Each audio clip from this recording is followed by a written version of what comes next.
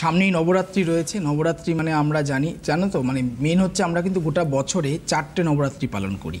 তার মধ্যে দুটো আমরা জানি, একটা শারদ সময় শরৎকালে আর কি, আর একটা চৈত্র মাসে, আর দুটো হচ্ছে গুপ্ত পঞ্জিকা অনুসারে গুপ্তভাবে হয়। কিন্তু এই দুটো নবরাত্রির মধ্যে আমাদের এই যে নবরাত্রি মানে চৈত্র মাসের যে নবরাত্রি, এটা কিন্তু খুব মেন এবং এর কিন্তু একটা অনেক বেশি মাহাত্ম্য ভারতব্যাপী হয় নাকি? এটা ভারতব্যাপী হয়, একদমই তাই। কারণ আমি অবাঙালি যেটা দেখেছি দিল্লি টিল্লি একদম একদম এবং খুব স্ট্রিক্টলি এই নবরাত্রিটা তারা পালন করে। একটা নবরাত্রির হই হই ব্যাপার দিল্লি থেকে শুরু করে উত্তরপ্রদেশ এবং ম্যাক্সিমাম নন বেঙ্গলিরা তো এই সময় ঘট স্থাপন পর্যন্ত। কিন্তু এই নবরাত্রিটা আমরা খুব সুন্দরভাবে কাজে লাগাতে পারি আমাদের বাস্তুর ক্ষেত্রে। বাস্তুটাকে মানে বাড়িটাকে আপনি একেবারে আপনার নেতিবাচক যে যে শক্তিগুলো আপনার বাড়ির মধ্যে বৃদ্ধি পেয়েছে ক্রমশ, সেগুলোকে আপনি ইতিবাচকে ট্রান্সফার করতে পারবেন, পরিবর্তন করতে পারবেন। কিভাবে করতে পারবেন? তার জন্য ছোটোখাটো কিছু কাজ করতে হবে।